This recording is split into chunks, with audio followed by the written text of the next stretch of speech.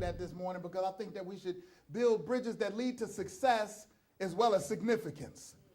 See, sometimes success is just success, but significance can mean things at critical junctures in people's life.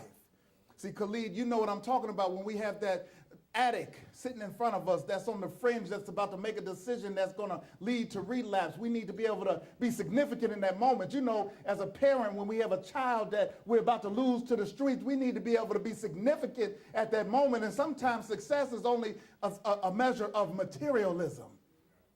And so we need to be significant when people come to those junctures of vulnerability.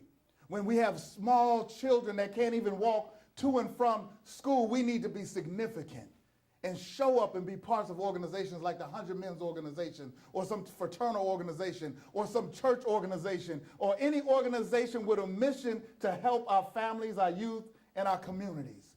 And so I applaud. Let's give Reverend Stevens and 100 Men Association a round of applause because I applaud for the work that we aspire to do. Last night as I was preparing, happened to flip, I got like a adult onset attention deficit disorder. So as I was preparing, I was getting distracted by the television. And I started flipping through the channels. And as I was flipping through the channels, I came across a program marking the 25th anniversary of the death of Ben Wilson. I remember that day. I was in 8th grade. Matter of fact, I was on the 8th grade basketball team preparing for that. And everybody, not only in the state of Illinois, but throughout the nation, knew who Benjamin Wilson was. The #1 ranked high school basketball player in the country, coming out of Simeon High School. He was headed into his senior year.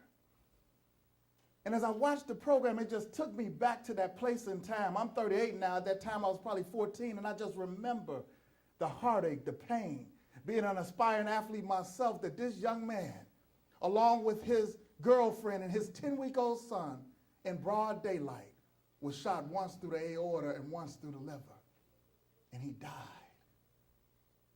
And then they showed news clips of all of the people back then that were talking about it. They showed Oprah, and she wasn't even Oprah Winfrey Show, it was AM Chicago, and she was talking about it. They showed a young Chuck Gowdy. They showed a young Walter Jacobson and Bill Curtis. They showed Peter Jennings. All these people were talking. This was way before the 24-hour news cycle, talking about the loss of an athlete dying young.